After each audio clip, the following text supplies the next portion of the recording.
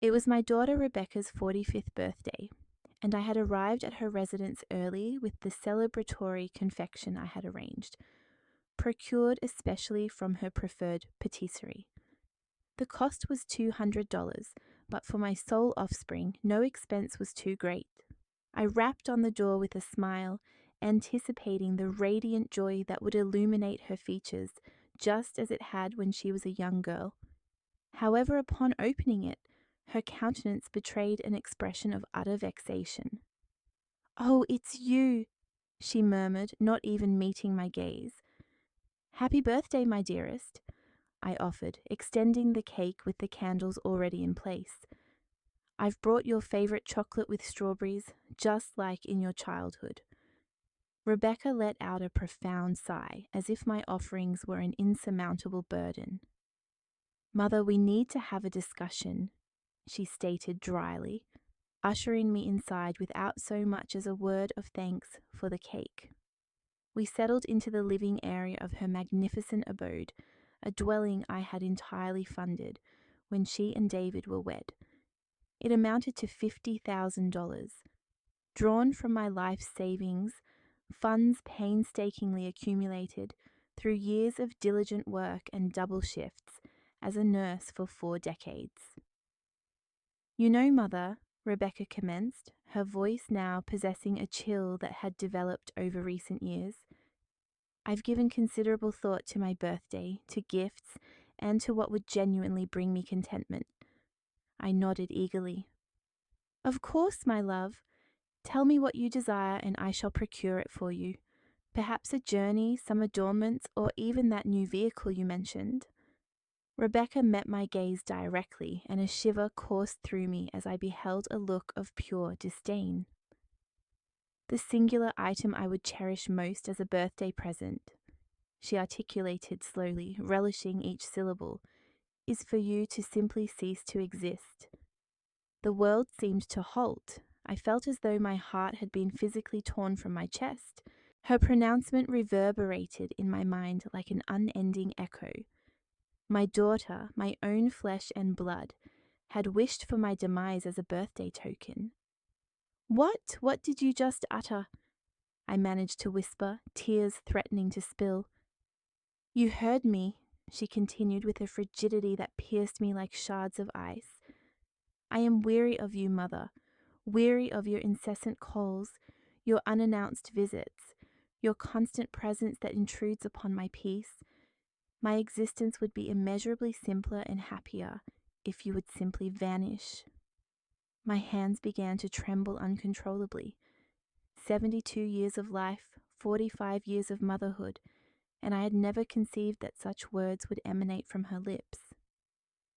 "Rebecca," I managed to stammer between sobs, "I am your mother. I have bestowed upon you my all. I have relinquished everything for your sake." "Precisely," she interjected, rising from the sofa, "and that is why you suffocate me. I cannot draw breath with your perpetual proximity. I require liberation. I need you to permit me to lead my life unburdened by your drama and your emotional dependencies." The $200 cake remained clutched in my hands, its candles beginning to liquefy. Every aspiration I had held for that day, embraces, laughter, perhaps a family repast, dissipated like mist. "But, my dear," I implored one last time, "I simply wish to be close to you, to be a part of your life. You are all I possess." "And that," she retorted, folding her arms, "is precisely the issue, the fact that I am all you have. Go forge a life for yourself and leave me to my own." I rose from the sofa, my legs unsteady, bearing the cake that now felt like a cruel jest. "I find it difficult to comprehend that you are saying this to me," I murmured, "after all I have done for you." "All you have done?" She emitted a sarcastic laugh. "Mother, everything you have done has been for your own gratification, to feel indispensable, to exert dominion over my life. But I am no longer a child." I moved towards the exit, each step feeling as though it exacted a toll of years from my existence. As I reached the threshold, I turned for a final glance, hoping to detect a flicker of remorse in her eyes, some vestige of the tender child she once was. But I found only impatience for my departure so she could finally commemorate her birthday, unhindered by the nuisance I represented. "Happy birthday, Rebecca," I whispered, and with that I exited the residence, gently closing the door behind me.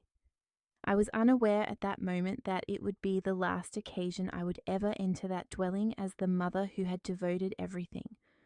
For what my daughter failed to grasp was that she had inadvertently awakened something within me that had lain dormant for decades. My legs still quivering, my heart shattered, I returned to my modest apartment. The $200 cake found its way to the refuse bin, its melted candles mirroring the ceaseless flow of my tears. I sank onto my familiar sofa, the very one where I had nursed Rebecca as an infant, where I had read her countless stories, where I had wept tears of profound joy with every utterance of Mom. How had my life reached this precipice? How could my own daughter, the child I had carried within me for 9 months, wish for my demise with such utter coldness? I began to recall every detail meticulously, everything I had undertaken for her over the past 45 years. When she was 3 and contracted pneumonia, I worked triple shifts at the hospital to afford her medication. It cost $1,200 for antibiotics that my insurance did not cover, funds I acquired by selling my late mother's jewelry. At 16, when she yearned for the prom, I dedicated my weekends for 4 months to acquire that rose-colored gown, which cost $800. I vividly recall the spark in her eyes when she tried it on. "Thank you, Mum. You're the best in the world," she had exclaimed, embracing me tightly. During her university years, when she changed her major for the 3rd time, I financed every semester without a single complaint, totaling $42,000. This sum was secured by taking out a second mortgage on my home. "Don't concern yourself, my darling," I would reassure her whenever she called in distress. "Your education is paramount." When she wed David, I orchestrated and bore the full cost of the wedding, $35,000, so she could have the celebration of her fantasies. The most elegant banquet hall in the city, the most exquisite floral arrangements, a menu she selected without regard for the price. "I want my princess to have every luxury," I declared, signing check after check. And then there was the house, that very dwelling where she had just subjected me to such humiliation. When Rebecca and David decided they wished to purchase their initial property, I did not hesitate. "Don't concern yourself with the down payment," I assured them. "I shall handle it." It amounted to $150,000 from my retirement savings, the very funds I had diligently set aside for my golden years. But the extent of my contributions did not cease there. When the twins arrived 5 years ago, I readily assumed the role of a complimentary childcare provider. Every evening Rebecca desired an outing with David. Every occasion they had plans and required someone to watch the children, I was present, accepting no remuneration, content to facilitate my daughter's pursuit of the life she had always envisioned. When David faced unemployment last year, who assumed responsibility for their mortgage payments for 8 months? I did. $16,000 withdrawn from my pension fund. Funds that necessitated subsisting on meager meals for weeks on end simply to stretch my income. And when the twins required orthodontic treatment, an additional $4,000 that I covered without a moment's hesitation. "Worry not," I assured them, observing their troubled expressions. "That is what grandparents are for." I rose from the sofa and proceeded to my desk, where I meticulously maintained all the receipts, all the documentation of every single cent I had expended on my daughter and her family. There were numerous boxes filled with records I had preserved, not out of suspicion, but because it brought me a sense of pride to reflect upon all I had been able to accomplish for them. I commenced a summation calculating the expenses from Rebecca's birth until she became self-sufficient, an approximate $200,000. University, $42,000. The wedding, $35,000. The down payment on their home, $150,000. The mortgage installments during David's period of unemployment, $16,000. The twins' braces, $4,000. And the birthday and holiday gifts over all those years, an additional $10,000 at a minimum.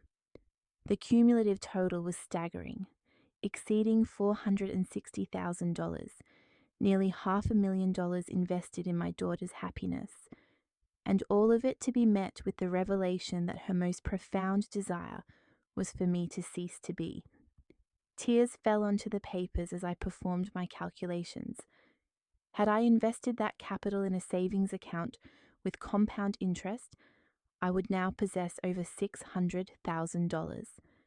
I could be residing in a comfortable dwelling, exploring the globe, relishing a financially secure retirement, rather than meticulously counting pennies in this cramped apartment. Yet no, I had opted to invest in love. I had chosen to believe that the expenditures on my daughter were investments well made, that every sacrifice was worthwhile, culminating in a daughter who cherished me and would provide for me in my later years. How profoundly mistaken I had been. I retrieved the telephone and dialed Rebecca's number. I felt compelled to hear her voice once more, to confirm the veracity of those dreadful words. "What is it now, Mother?" she responded, her voice laced with irritation after the 5th ring. "Rebecca, I need to ascertain if you truly meant what you conveyed to me today," I inquired, my voice trembling. "Naturally, I meant it," she replied, devoid of any hint of regret. "Mother, it is time for you to comprehend that I require personal space. Your fixation upon me is not conducive to well-being." "Fixation?" I echoed, incredulity coloring my tone. "You deem a mother's affection an obsession?" "Precisely, and I trust that after today you will finally grasp my meaning. I require you to respect my boundaries and allow me to live my life." I terminated the call without offering a farewell. There was no ambiguity. My daughter genuinely perceived my affection as a burden, my presence in her life as an impediment she needed to surmount. That night, sleep eluded me.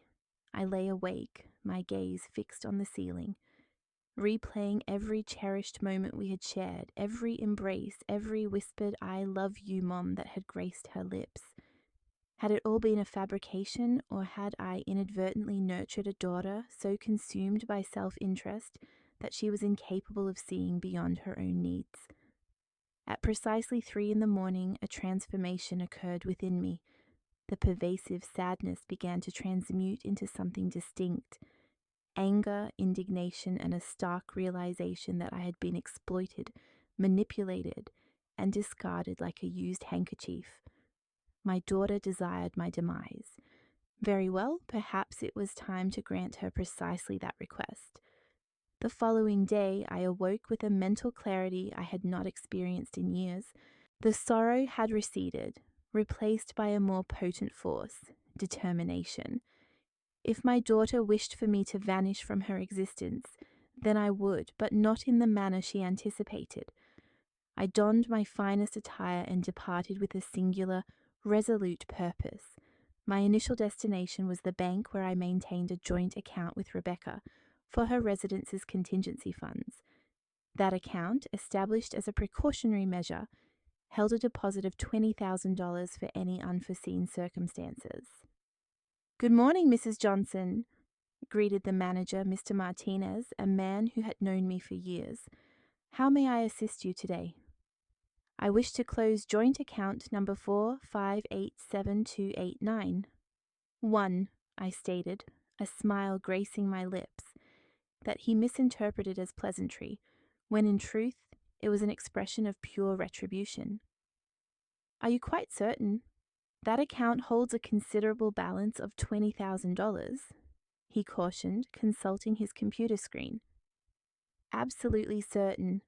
I wish to transfer the entire sum to my personal account, I replied, affixing my signature to the necessary documents with an unwavering hand. Witnessing those $20,000 credited to my personal account brought a sense of satisfaction I had not felt in years. It was merely the commencement of my undertaking. My next stop was the mortgage loan department.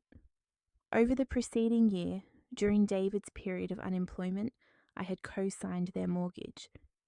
This arrangement stipulated that if they defaulted on payments, the responsibility would fall upon me. Critically, however, it also conferred upon me certain rights concerning the property. Mrs. Johnson, the loan officer, Ms. Williams, greeted me. What brings you here today? I wish to review the mortgage contract under which I am listed as a co-signer, I explained. I need to ascertain the exact nature of my rights and obligations. As she retrieved the pertinent documents, I recalled the day I had appended my signature to those papers. Rebecca had wept with emotion. Thank you, Mother. We wouldn't know what to do without you. You are our saviour, she had declared, embracing me tightly. David had also expressed his gratitude, vowing that they would never experience late payments. Here are the documents, Ms. Williams announced, placing a substantial folder before me. As a co-signer, you are liable for the payments should the primary holders be unable to meet them.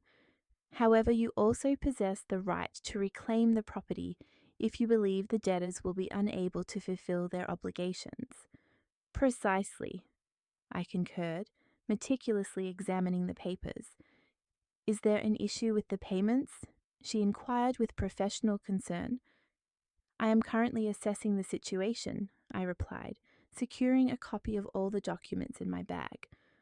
What would be required of me if I elected to exercise my rights as a co-signer? You would need to demonstrate that there is a risk of default or that significant delays have already occurred. In your case, I observe that you covered 8 months of payments last year, which already constitutes sufficient evidence that the primary holders lack financial stability.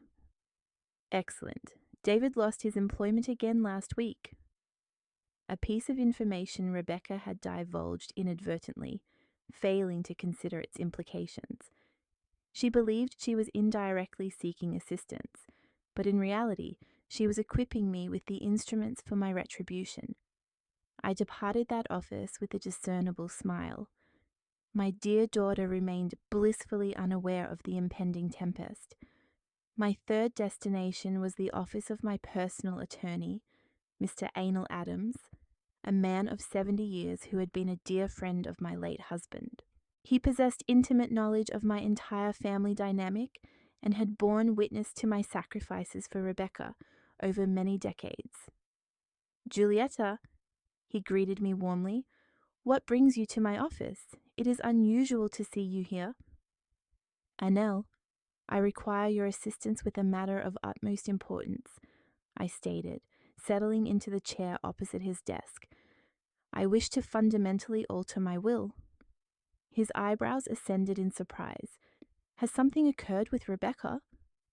I recounted every agonizing word, every instance of contempt, the chilling detachment with which she had wished for my demise on her own birthday. Anal listened intently, his expression growing progressively somber with each detail. Julietta, he finally said, his voice filled with empathy, I am deeply sorry for what you are enduring. I never envisioned Rebecca capable of such conduct, especially after all you have done for her. Nor did I sighed. But I have reached my decision. I wish to revise my will to bequeath all my assets to a charitable organization. I also intend to establish a trust fund for my grandchildren, with the stipulation that Rebecca will not have access to those funds until they attain the age of 25. That can certainly be arranged, Anel confirmed, making diligent notes. Do you also wish to change the beneficiaries of your life insurance policy? Indeed, any designation linked to Rebecca's name is to be revoked. My daughter desires my demise, but when that event occurs, she will not receive a single cent from me.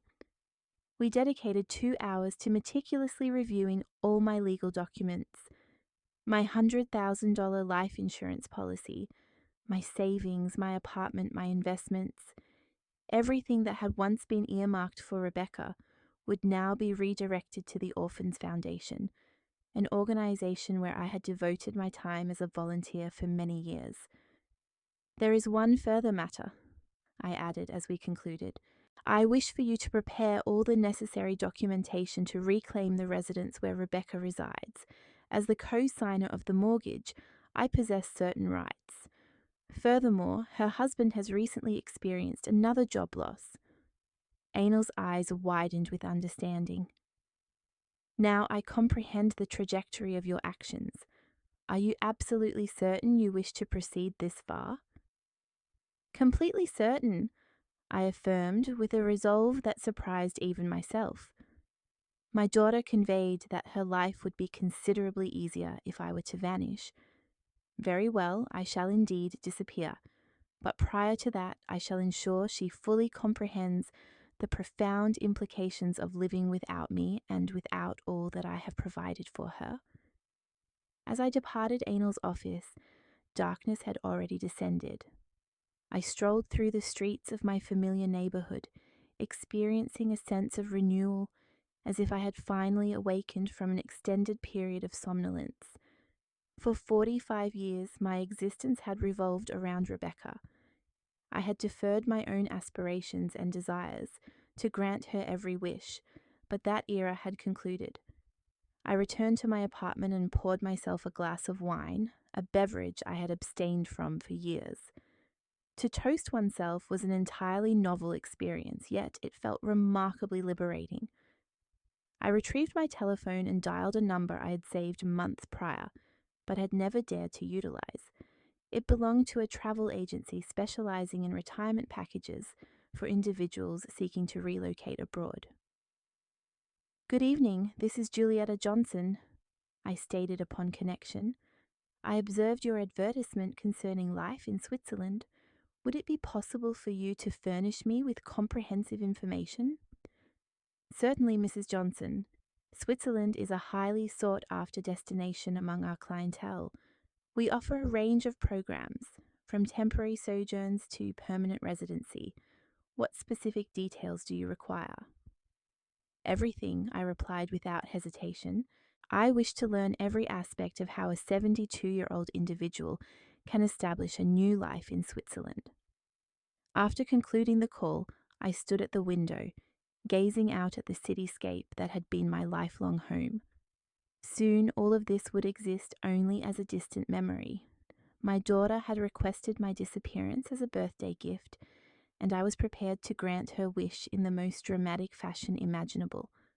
What Rebecca failed to anticipate was that her wish was poised to become her most profound nightmare. The ensuing days unfolded as a tumultuous emotional journey, punctuated by clandestine preparations. Each morning I awoke with a blend of heartache and resolute determination that propelled me forward in executing my plan. It felt as though I had emerged from a prolonged state of dormancy, where my sole purpose had been to appease my daughter, and now, at last, I was living for myself. On Wednesday morning my telephone rang. It was Rebecca. For a fleeting moment my heart quickened, harboring a naive hope that perhaps she had reconsidered, that she might offer an apology for the cruel words she had uttered. "Mother," she began, her voice carrying the same frigid tone she had recently adopted, "I need you to do me a favor." There was no prelude, no inquiry into my well-being. She immediately stated her request, as if addressing a personal assistant. "What do you require?" I asked, my curiosity piqued to ascertain the extent of her audacity. "The twins have a presentation at school on Friday, and David and I have an important work engagement. Would you be able to care for them that evening?" The irony was remarkably satisfying. The very individual who had expressed a desire for my demise on her birthday was now requesting my services to look after her children, as if no offense had occurred, as if I were an ever-available resource. "I am unable to," I replied simply. "What do you mean you are unable?" she inquired, her tone laced with genuine surprise. Evidently, she was unaccustomed to hearing the word no from me. "I have other commitments," I stated with a smile that she could not perceive. "What commitments could you possibly have?" she pressed, her condescending tone inflicting a deep sting, as if at 72 years of age I were not entitled to a life of my own. "Commitments that are of no concern to you," I responded, maintaining my composure. "You will need to find alternative childcare arrangements." "But mother, I cannot secure a sitter on such short notice. Besides, since when do you charge me to look after your own grandchildren?" There it was, the emotional blackmail she had employed for years. However, this time it would prove ineffective. "Ever since you informed me that your greatest birthday gift would be my death," I countered, my voice devoid of warmth. "If you desire my absence from your life, then that is precisely what I shall provide." A protracted silence ensued on the other end of the line. Finally, Rebecca emitted a derisive laugh. "Seriously, you are going to punish me as if I were a recalcitrant child," she scoffed. I had assumed that after a few days, this dramatic episode would conclude. "This is not drama, Rebecca. It is a response to your expressed wish. You desired my departure, and thus I shall depart." "Fine," she conceded with evident annoyance. "If you choose to behave in such an infantile manner, that is your prerogative. However, do not anticipate any sympathy from me later when you find yourself isolated." She terminated the call without offering a farewell. Perfect. Every interaction solidified the conviction that I was making the correct decision. That afternoon, I returned to the bank, this time to execute an action I had never envisioned myself undertaking, withdrawing the majority of my savings in cash. It amounted to $30,000, which I placed in an envelope and secured within my personal safe, funds I would require for my new life in Switzerland. I also contacted the travel agency and confirmed my itinerary. A flight to Zurich for the subsequent Tuesday, with the option to extend my stay indefinitely. The initial expense was $5,000, a sum I paid without hesitation. It represented the most costly and by far the most judicious investment I had made in years. On Thursday morning, I received an unexpected visitor. My neighbor, Elvira, a woman of 68 years who resided in the adjacent dwelling, had become a dear friend over the span of 5 years. "Giulietta," she began, settling into my living room with a mug of coffee. "You seem different lately. Has something occurred?" Elvira had been a quiet observer of all my sacrifices for Rebecca. She had witnessed me cancel social engagements with her to rush to my daughter's aid whenever needed. She had seen me purchase bags of expensive groceries for Rebecca, while subsisting on canned soup to conserve funds. I confided in her, recounting every painful detail of Rebecca's birthday and the week's subsequent plans.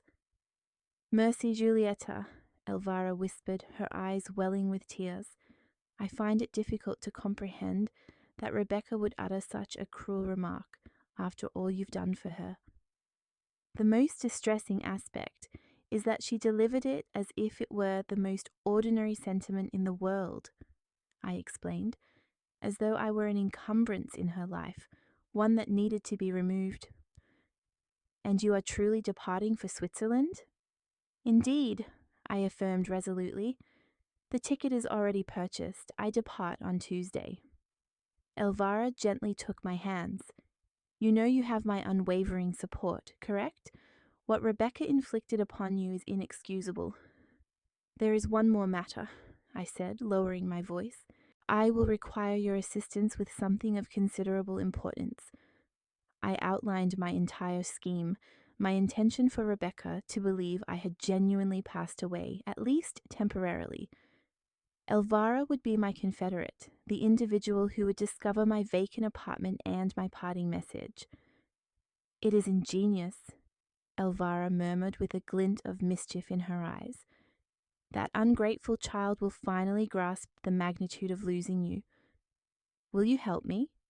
Without question, in fact, I believe it is precisely what Rebecca needs to comprehend.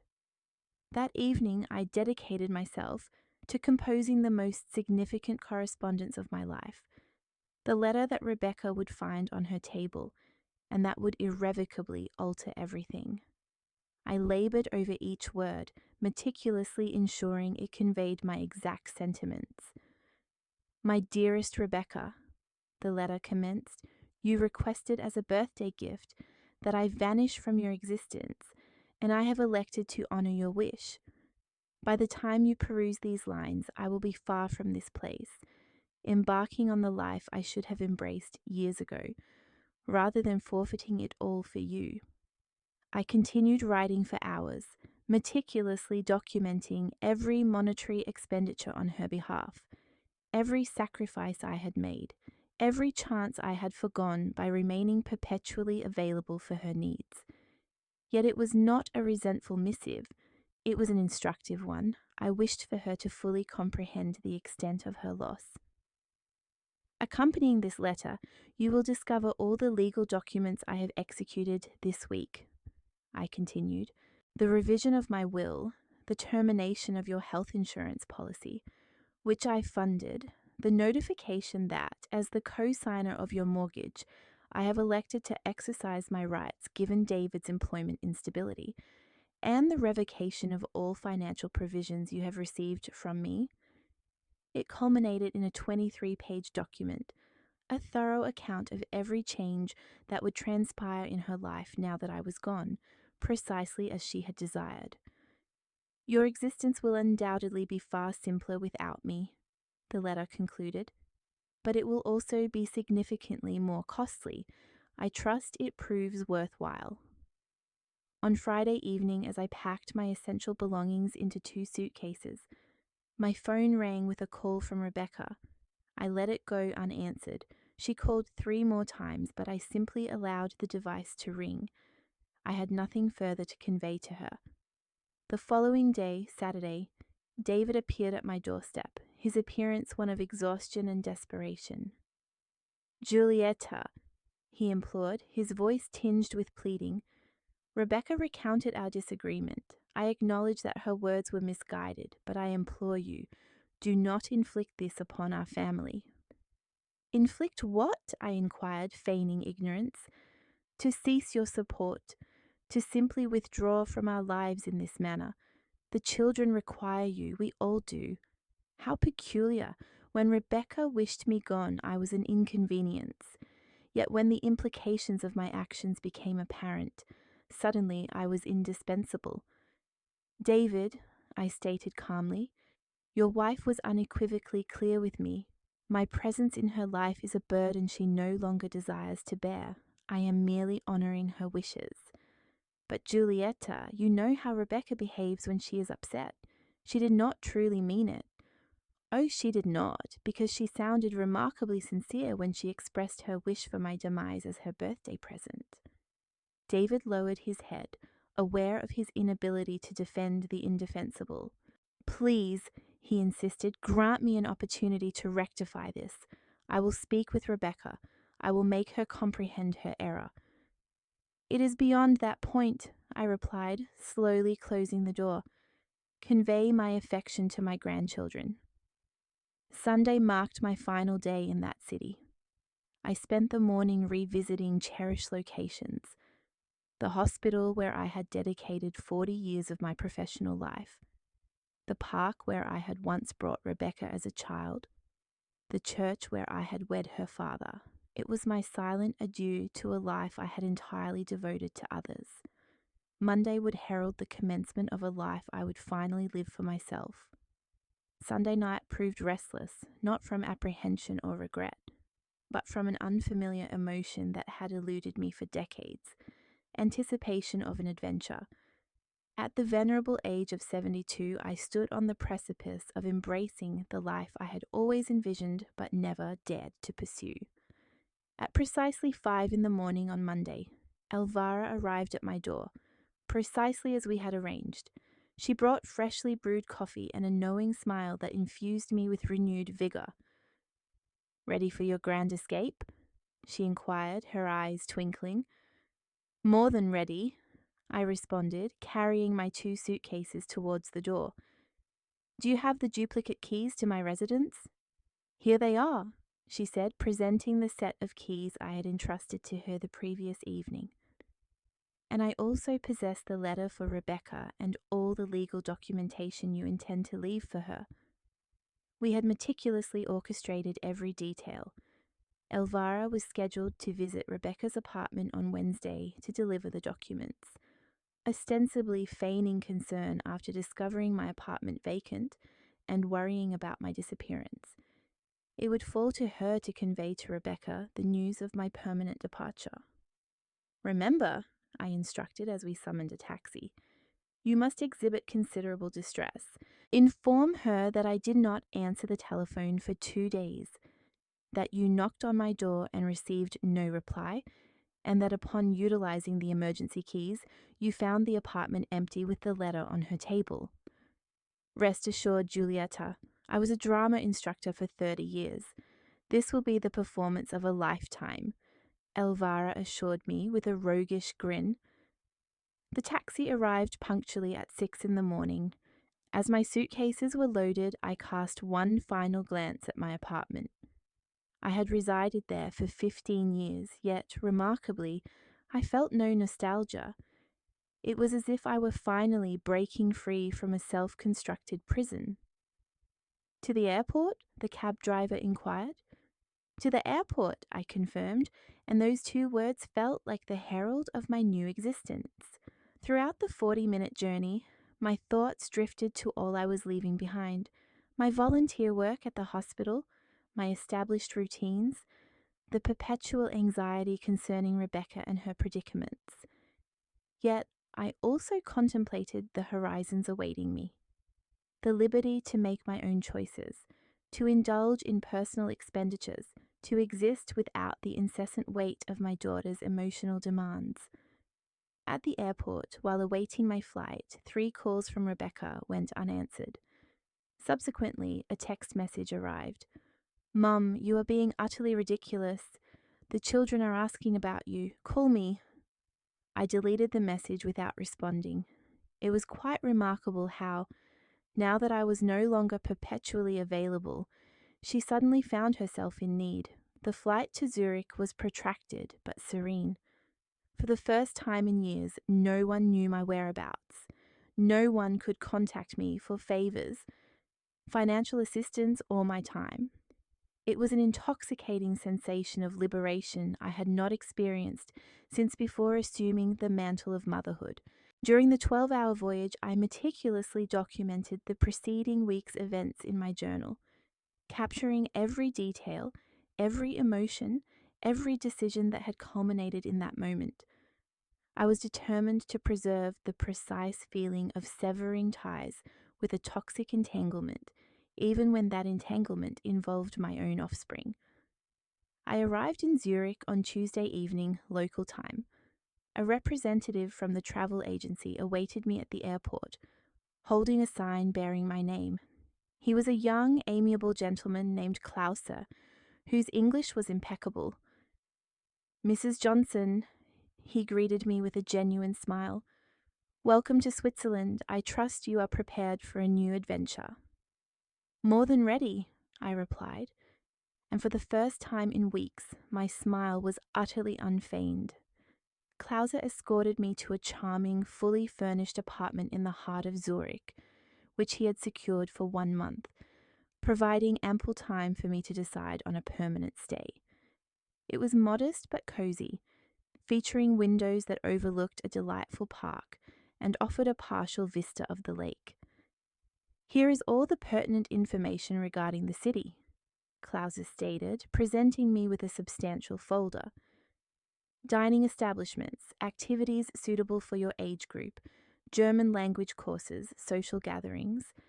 I have also arranged for you to meet with a financial advisor tomorrow afternoon, who will assist you with the necessary paperwork, should you opt to remain indefinitely. That night, I slept more soundly than I had in years. There was no phone that could ring, no one requiring anything from me, no responsibilities beyond my own self-care. On Wednesday morning, I awoke early and ventured out to explore the city. I enjoyed breakfast at an enchanting lakeside cafe. I purchased fresh blooms for my temporary abode, and for the first time in decades, I indulged in an expenditure on something entirely superfluous. A stunning silk scarf priced at $100. I bought it simply because I admired it, unconcerned with its cost or whether that sum could be more judiciously allocated to my daughter's needs. As I strolled through the streets of Zurich, I mentally tallied the amount I had expended on Rebecca in the past 5 years alone. Between mortgage payments during David's periods of unemployment, the twins' orthodontic treatments, constant gifts, fuel for trips to observe the children, and the food I consistently brought during my visits, the sum had reached at least $50,000. $50,000 that I could have utilized for global travel, to live comfortably, to realize the aspirations I had deferred for decades. Instead, it had been bestowed upon a daughter who perceived my affection as a burden and my presence as an annoyance. At 2 p.m, Zurich time, I estimated it to be 8 a.m. in my hometown. Elvira would be preparing to visit Rebecca's residence to deliver the letter that would alter everything. I settled onto a bench by the lake to wait. I knew that within a few hours my phone would begin to ring frantically. Rebecca would finally comprehend the true meaning of losing me. At 5 p.m, my phone began to vibrate. It was Rebecca. I let it ring until it ceased. Immediately it rang again. Rebecca, once more. This time I answered. "Mom!" she cried, her voice fracturing. "Where are you? Elvira came to the house with a letter from you. She said you've vanished. What is happening?" "Hello, Rebecca," I replied calmly, savoring the view of the Swiss lake as I spoke. "Have you read the letter yet?" "Yes, I read it. Are you out of your mind? How could you do this to us? Where are you?" "I am precisely where I need to be," I responded, "far from you, just as you desired." "But I didn't want this. I didn't want you to actually leave. I was just angry." "I didn't mean it." There it was, Rebecca's habitual tactic of downplaying the harm she had inflicted, attempting to make me feel guilty for reacting to her cruelty. "You didn't mean it when you stated your greatest birthday wish was for me to perish?" I inquired, as she had sounded quite convincing. "It was just, I was just frustrated. David lost his job again. The children are causing problems at school. I am so stressed. I should not have taken it out on you." "You are correct. You should not have. But it has transpired and words cannot be retracted." "But Mum, please come back. We need you. I need you." How curious. Now she required me. Now that she had perused the letter detailing the financial benefits she stood to lose. Now that she understood she might forfeit her home. Now that she comprehended she would be responsible for her own health insurance and for securing a sitter for the twins. "Do you require me or do you require my financial resources?" I asked her directly. A prolonged silence ensued on the other end of the line. "I need you," she finally murmured, though her voice lacked conviction. "Rebecca, for 45 years I lived for you. I relinquished my aspirations, my finances, my time, my opportunities. And when I finally sought to feel your love and appreciation, you declared that you would rather I were deceased. Those words fractured my heart in a manner that can never be mended. I am sorry, Mum. I am so very sorry."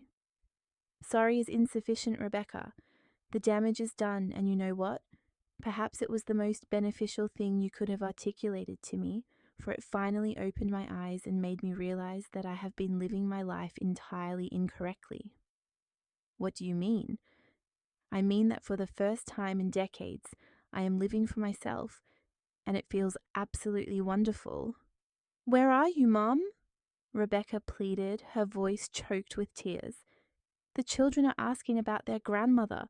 They do not comprehend why you have not come to visit them.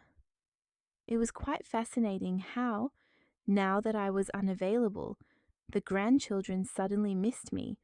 For all those years when I had altered my plans to care for them, when I had purchased them lavish gifts, when I had taken them to the park while Rebecca indulged in shopping, it was simply expected of me. But now that I was absent, my lack of presence was keenly felt. "The children will be all right," I responded, gazing at the distant Swiss mountains. "They are resilient. What they will learn is that actions have repercussions and that hurtful words can shatter relationships permanently." "But Mom, please, you cannot simply vanish like this. What if something happens to you? What if you become ill? How will we know?" Now she expressed concern for my well-being. How convenient. "Rebecca, in the last 5 years I have experienced 3 episodes of elevated blood pressure that necessitated hospitalization. Do you recall the number of times you visited me?" "None. You invariably had something more pressing to attend to. Therefore, do not approach me now with anxieties regarding my health."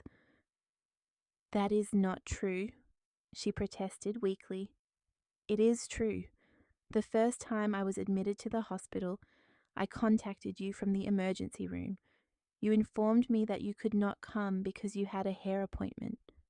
The second occasion coincided with David's birthday, and you were celebrating.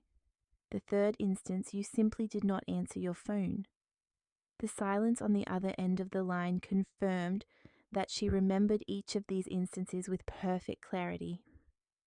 I did not think it was serious," she stammered. "Of course not, because my health was never a priority for you, but my financial contributions were. It is not about the money," Rebecca exclaimed. "It is about you. I miss you, Mum. Do you miss me, or do you miss having someone available 24 hours a day, 7 days a week to resolve your problems?" I terminated the call without awaiting a reply. It rang again immediately, but this time I completely deactivated the device. I required tranquility to relish my inaugural night of freedom. That evening I dined alone at an elegant lakeside restaurant. I ordered the most expensive item on the menu, salmon with caviar, which cost $80, and I savored an entire bottle of French wine. It had been years since I had afforded myself such a luxury, perpetually convinced that the funds could be more advantageously utilized for Rebecca. The following day, Thursday, I reactivated my phone to find 47 missed calls and 23 text messages, all originating from Rebecca and David. The messages progressed from entreaties to veiled threats. "Please, Mom, answer." The initial one read, "We are extremely worried." The fifth stated, "If you do not answer, we will contact the authorities." The 10th escalated to a threat. "We have already contacted the police. They informed us there is nothing they can do as you left a letter explaining your departure." The 15th was a confession. "The bank contacted us. You have withdrawn funds from the joint account. How will we manage emergency expenses?" The 20th message conveyed, "It was a profound revelation to witness how concern for my well-being rapidly transmuted into panic regarding the financial ramifications of my absence." I elected to respond to a single message.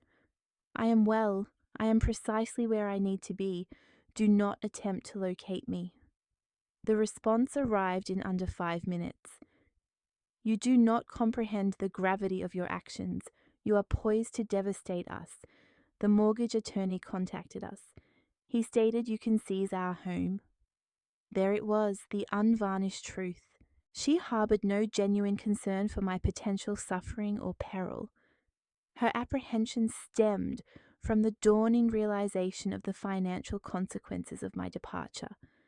I replied, "Now you understand the value of my presence in your life. It is regrettable that you have arrived at this understanding far too late."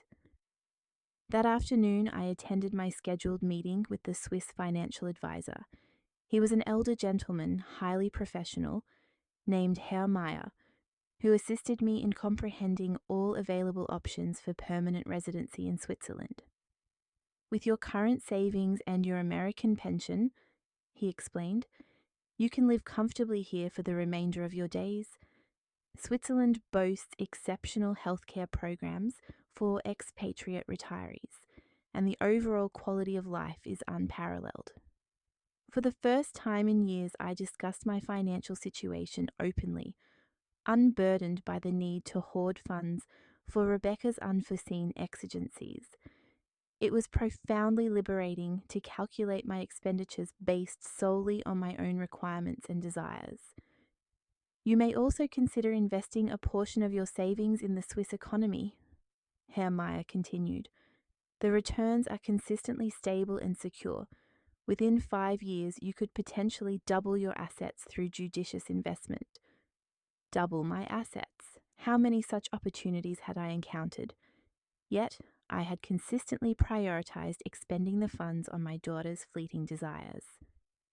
Is there anything else I should be aware of? The advisor added. We have numerous clients in circumstances akin to yours, older individuals who have sought refuge in Switzerland for a fresh start, following challenging familial relationships. You are not isolated in this experience. Such information provided me with considerable solace. I was not the solitary mother who had been manipulated and subsequently cast aside by ungrateful offspring. There existed an entire community of individuals who had prioritized their own happiness over the demanding, often toxic, expectations of their families. On Friday morning, I joined a hiking group specifically for senior citizens. The group comprised 8 women and 4 men, all within the age range of 60 to 75, all actively seeking adventure and novel experiences. During the bus journey, I initiated a conversation with a woman named Ingrid, a 71-year-old German national who had relocated to Switzerland 2 years prior. What prompted your relocation here? She inquired as we admired the passing landscape from the bus window. A daughter who declared that her most fervent birthday wish was for me to cease existing, I responded without any embellishment. I no longer possessed the energy to dilute the stark reality. Ingrid's eyes widened in astonishment. Seriously? Entirely seriously. After financing her home, essentially raising her children and sacrificing my retirement years for her needs, she proclaimed that my presence in her life constituted an unbearable burden. My word, Ingrid murmured, and what action did you take? What action? She queried. I vanished from her life and here I am. Ingrid offered a smile of evident admiration. You are remarkably courageous. It took me 5 years to muster the resolve to extricate myself from my toxic family. My son and his wife treated me as if I were an automated teller machine with legs. For the remainder of the day, Ingrid and I exchanged personal narratives. She had arrived in Switzerland after realizing that her adult children only initiated contact when they required funds for their vacations, new vehicles, or other frivolous pursuits. When she attempted to establish boundaries, they accused her of being a selfish mother and threatened to restrict her access to her grandchildren. The initial few months were exceedingly difficult, Ingrid confessed as we ambled through a medieval town. Guilt gnawed at me. I began to question if I was, in fact, selfish, and if a devoted mother was indeed obligated to continually make sacrifices for her children. And what event precipitated a shift in your perspective? I inquired. I came to the realization that my children had never paused to consider my happiness, whether I possessed adequate resources for my own necessities, or if my constant sacrifices were detrimental to my well-being. They were only concerned with what I could provide them. That's not affection, Giulietta. That's being taken advantage of. Her pronouncement struck a deep chord within my being. For many years I had mistaken emotional manipulation for familial love and persistent requests for genuine necessity. That evening in my dwelling, I made the decision to power on my mobile device for the concluding occasion in several days. I had 62 unanswered telephone calls and 47 written messages. The majority originated from Rebecca and David, but there were also communications from unfamiliar phone numbers. I reviewed the written messages in chronological order, observing the escalating distress of my daughter. The initial ones were still emotionally charged. "Please, Mom, please return. We require you. The youngsters are weeping for you." However, they gradually shifted to become more urgent and financially focused. "The financial institution has summoned us for a conference on Friday. They stated that as the guarantor, you possess the authority to reclaim the residence. They cannot seize our home due to a simple misunderstanding." By the fifth day, the communications had grown accusatory. "This is absurd, Mother. You are jeopardizing our existence over a childish outburst. Behave like a mature individual and return." And finally, in a state of desperation, "I've contacted every medical facility, the police force, your companions. Nobody is aware of your whereabouts. If anything untoward befalls you, it will be my fault. Kindly inform me that you are well." It was quite illuminating to note that at no juncture did Rebecca offer a genuine apology for wishing me deceased. At no point did she acknowledge the harshness of her pronouncements or express sincere contrition. Everything revolved around the negative repercussions my absence had on her. I resolved to dispatch one final written communication. "I am in perfect health and experiencing greater happiness than I have in years. The predicament you currently face are the inherent ramifications of your actions. I trust this experience will aid you in appreciating the worth of those you cherish before it is too late with others in your life." The reply arrived instantaneously. "Please, Mother, we can rectify this. I pledge I shall never utter abominable things again. Just come home." I composed my concluding remark. "Empty assurances do not mend fractured hearts. Rebecca, the words you directed at me have exposed your true sentiments towards me. You cannot retract that verity with desperate vows." Following the dispatch of that message, I deactivated her phone number and all associated with David. I also blocked the unknown phone numbers that had been contacting me. It was time to definitively conclude that chapter. On Monday morning, I convened once more with Herr Meyer to finalize the documentation that would permit me to reside permanently in Switzerland. I also initiated arrangements to permanently transfer my American retirement income and commence the process of liquidating my dwelling in my native town. "Are you absolutely certain you wish to make this irreversible?" Harry inquired. "This is a profoundly significant choice." "I have never been more resolute in my life," I responded, endorsing each document with a steady hand. "For the first time in decades, I am making determinations based on my own contentment rather than on the requisitions of others." That afternoon, I received a telephone call from Elvira, my dear companion and confidant. Her voice conveyed excitement. "Giulietta, you must hear this," she stated. "Rebecca visited my residence yesterday, weeping uncontrollably. She implored me to request your return, asserting it had been a grave misinterpretation." "And what was your response?" I inquired. I imparted the unvarnished truth that her pronouncements to you were inexcusable, and that were I in your position, I too would have vanished eternally.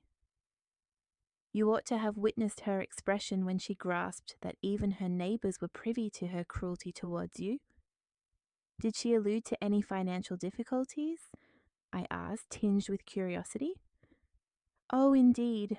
She confided that without your assistance, they cannot meet the mortgage payments, that the banking institution is exerting pressure upon them, that David is struggling to secure stable employment, and that the children require educational provisions they cannot afford. Essentially, she realized the full extent of your contributions when she lost them." It was precisely as I had anticipated.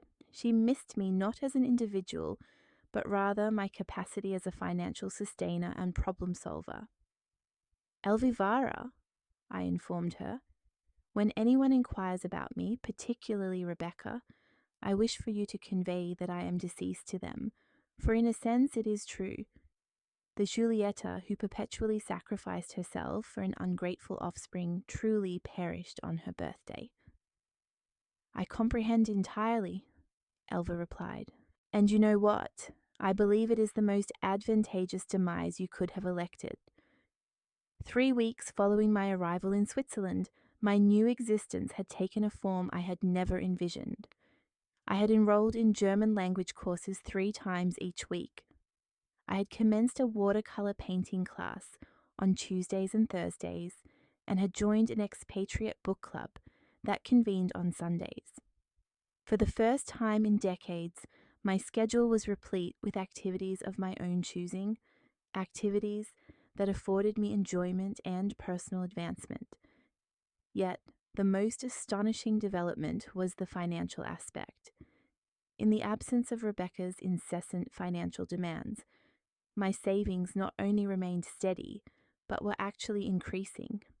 The investments I had orchestrated with Herr Meyer were already yielding positive returns, and for the initial instance, I could project my financial future based solely on my personal requirements. On that Thursday morning, while partaking in breakfast at my preferred lakeside establishment, I received a call from an unknown international number. I hesitated to answer, but my curiosity ultimately prevailed. Mrs. Giulietta Johnson? Inquired a female voice with an American inflection. Yes, this is she. Who is speaking? My designation is Sarah Williams. I am a social worker affiliated with the Family Services Division in your hometown. I am contacting you as we have received a report concerning your welfare. My blood ran cold.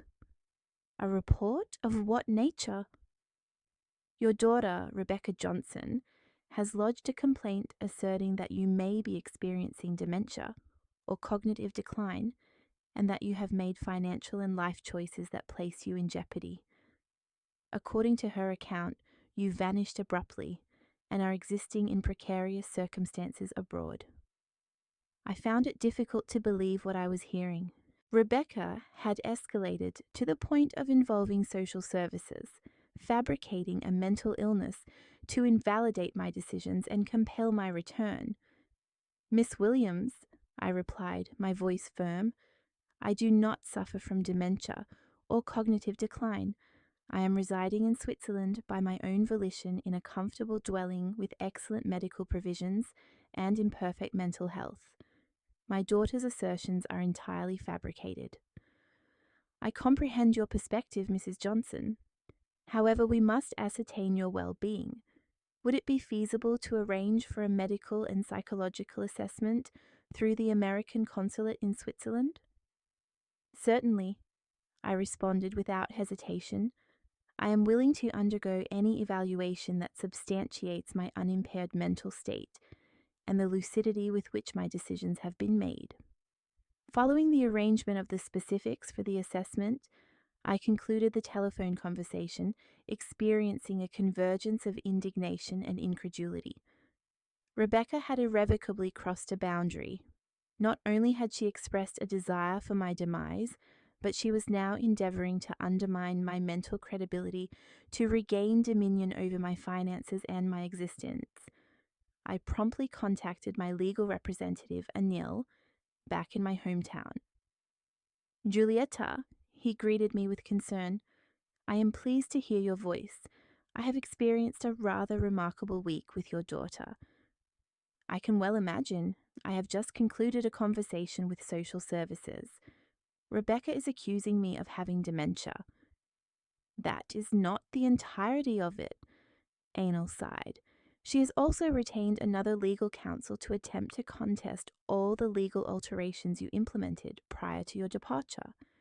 She contends that you were not of sound mind when you executed them. Is such a course of action permissible? She is at liberty to attempt it, but she lacks substantial legal grounds. I possess recordings of all our discussions wherein you unequivocally demonstrated complete mental clarity. Furthermore, the fact that you meticulously planned your departure and are residing independently in Switzerland directly contradicts any claims of cognitive deterioration. What other actions is she taking?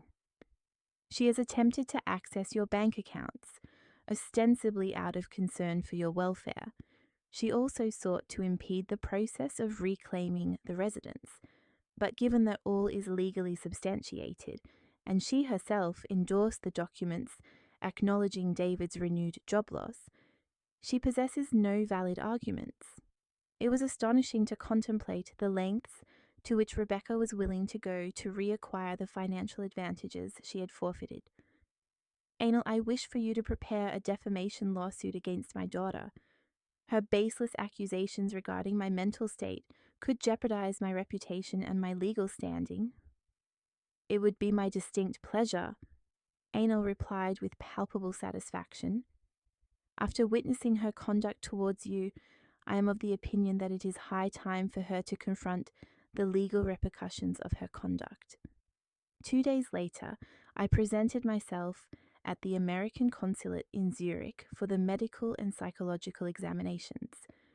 The American physician who conducted my assessment was an elderly gentleman of considerable experience who immediately comprehended the situation.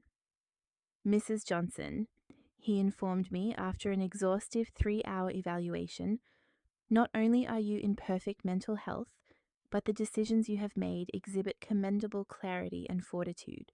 Your daughter is patently attempting to manipulate the legal framework to recover financial benefits. This will be officially documented, I affirmed. Absolutely. I will transmit a comprehensive report to social services explicating that her allegations are unfounded and that you are leading an autonomous and salubrious existence in Switzerland. That same afternoon, I received a call from the social worker. Mrs. Johnson, we have received the medical report from the consulate. It is evident that your daughter's claims are without merit.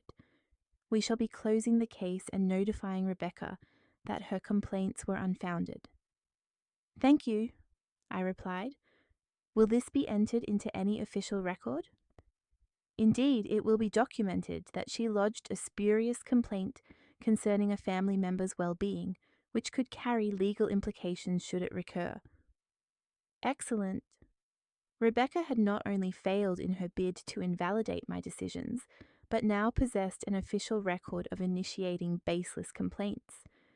That evening, I resolved to undertake an activity I had been deferring, to pen an open letter detailing my entire ordeal, not for Rebecca, but for other mothers who might be enduring comparable circumstances of manipulation and emotional maltreatment from their adult offspring. I wrote for 4 hours, meticulously documenting every sacrifice I had made, every manipulation I had endured, and every step I had taken to reclaim my dignity and my life. It was a 20-page letter that I entitled, When a Mother's Love Becomes Self-Destruction, My Story of Liberation at 72. I elected to submit the letter to an online blog I had discovered, which specialized in narratives of older women who had discovered the fortitude to fundamentally alter their lives. A week later, I received an enthusiastic response from the editor. Giulietta, she wrote, your account is profoundly impactful and inspiring. We have received hundreds of remarks from women who unequivocally identify with your experience. Would you be amenable to participating in a video interview for our YouTube channel? I accepted without delay. It was time to leverage my experience to assist other women entangled in dysfunctional familial dynamics. The interview was published 2 weeks hence and rapidly achieved widespread popularity. Thousands of women shared analogous stories of adult children who manipulated them emotionally and exploited them financially. The comments section served as a compendium of anguish and recognition. My son, who is 40 years old, resides in my home, abstains from paying rent, and vociferously chastises me when I urge him to seek employment. One woman penned, "My daughter contacts me solely when she requires funds for her holidays, yet she consistently lacks the time to visit when I am unwell." Another shared, "I harbored the belief that I was the sole mother who felt utilized by her progeny." A third confessed. However, the most profound impact materialized a week subsequent to the interview's publication. I received an electronic message from an address I immediately recognized. It originated from David, my former son-in-law. "Julieta," he wrote, "I viewed your interview on YouTube. I feel compelled to inform you that I wholeheartedly concur with your perspective. What Rebecca articulated to you was reprehensible, and the manner in which she has treated you for years is utterly unacceptable. I myself have borne witness to her manipulative tendencies and her exploitation of you, but I never mustered the courage to confront her due to our profound dependence on your financial assistance." He continued, "I wish for you to understand that the children miss you dearly and are perplexed as to why you no longer visit. Rebecca has informed them that you are unwell and unable to visit, but I believe they merit awareness of the truth when they reach a more mature age." The electronic message concluded, "I recognize that apologies are likely long overdue, but I desired to convey that at least one individual within this family acknowledges the egregious manner in which we treated you and the extent of your sacrifices for us. I trust you are experiencing happiness in your new life." I perused the electronic message 3 times before formulating my response. Ultimately, I penned, "David, I value your candor, but subsequent apologies do not mitigate the damage inflicted.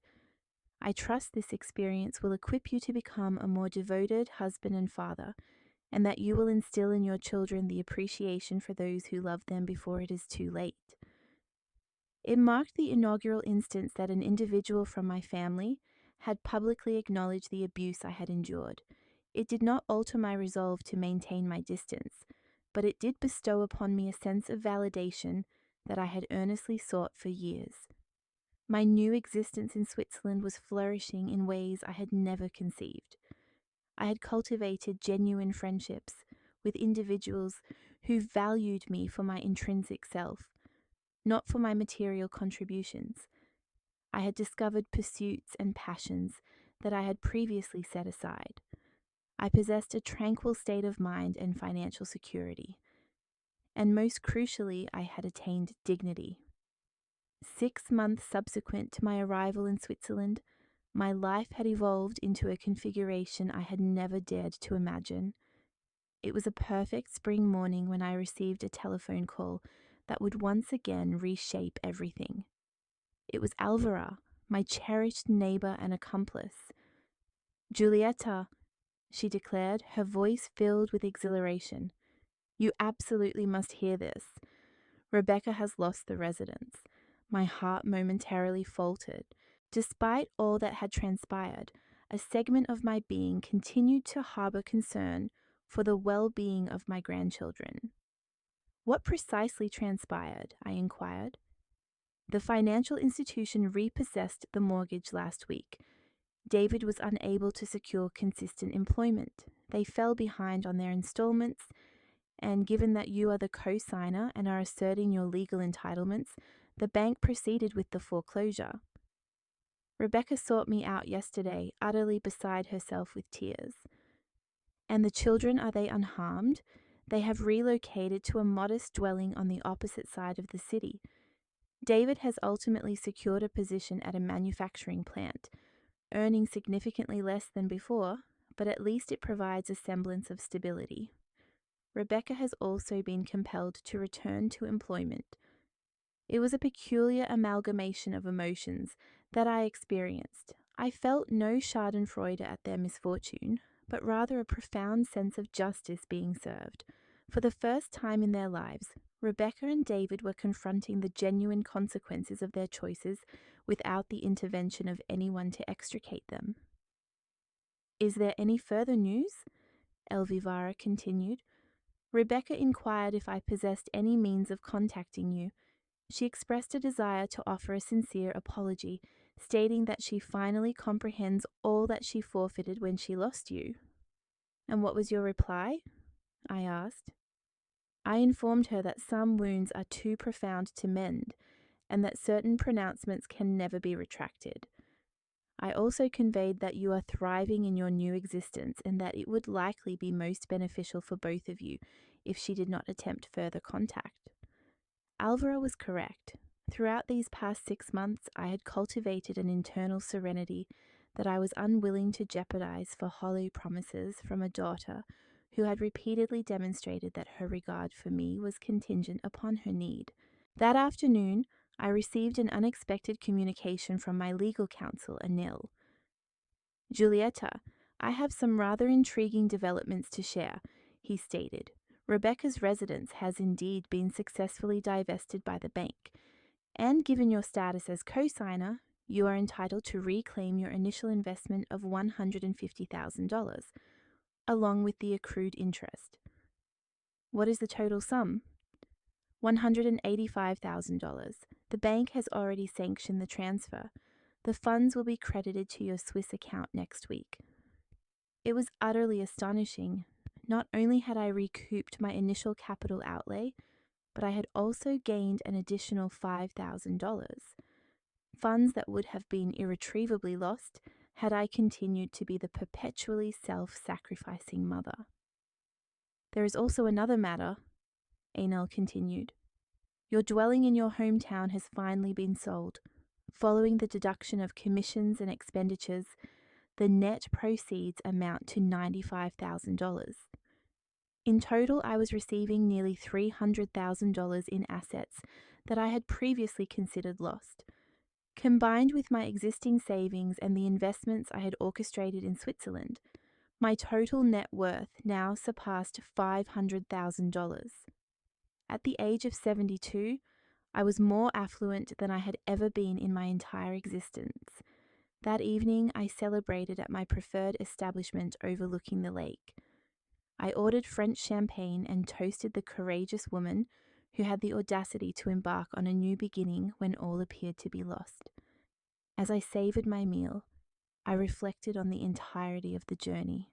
I had commenced this expedition as a disheartened and humiliated mother, devastated by the callous pronouncements of an ungrateful offspring.